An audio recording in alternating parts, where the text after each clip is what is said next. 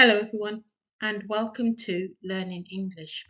In this video, some of the video is going to show you the questions and look at the answers, and part of the video is going to give you the answers and ask you to work out which type of question do you need to ask: who, what, where, when, or why. So first, the question, who is this? Need to choose an answer. This is Julie. That's possible. Or is this the answer? Is this Julie? Now, we don't want a question as part of the answer to a question, so we're looking for a statement, and this is Julie is the statement that we need. So the answer, who is this, needs to begin with this is, or you could just say the name, Julie. Who is your teacher? Jane is my teacher, or my teacher is Jane. Or again, you might just answer with the name, Jane. Who lives in your house? Now, there are going to be many answers to this one. What would your answer be?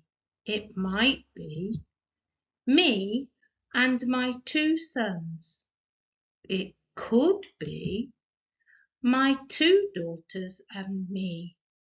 Or even me and my husband. And what about me, my partner, my two daughters, and my son, or a combination of those answers? Now, at this stage of our English, we're really just using me when we're talking about ourselves, but at a later stage of English, we'll learn the difference between when to use I and when to use me. Oh, what could this be? Who is your best friend? Not who is your friend. So look at that adjective, best. Who is your best friend? Some people say a man's best friend is his dog. What would your answer be? Well, what is the question? If the answer is, my name is. Do you think? Yes. What is your name? My name is Jane. Or, given that question, you could just answer Jane, or your name. So the answer is, I like dogs. What could the question be? Yes. What do you like? It could even be, do you like dogs? But for the question, do you like dogs, I would just say yes or no. So I think the question for the answer, I like dogs, is, what do you like? I like chocolate. I like cats. Well, that's a bag there. And the answer is my class books and my pens. So if you've got a bag and you're given the answer, my class books and my pens, what could the question be? What is in your bag? Yes. What is in your bag? My class books and my pens. Now, if the question is, where is your bag? Then you need to understand prepositions. But for this part of the English, we're just looking at on. Well, that's not a bag, is it?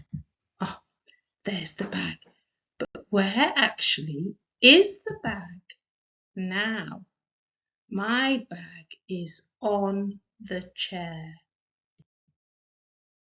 Welcome to Doncaster. That's a sign you will see when you come into the area of Doncaster. And if the answer is, I live in Doncaster, what could your question be?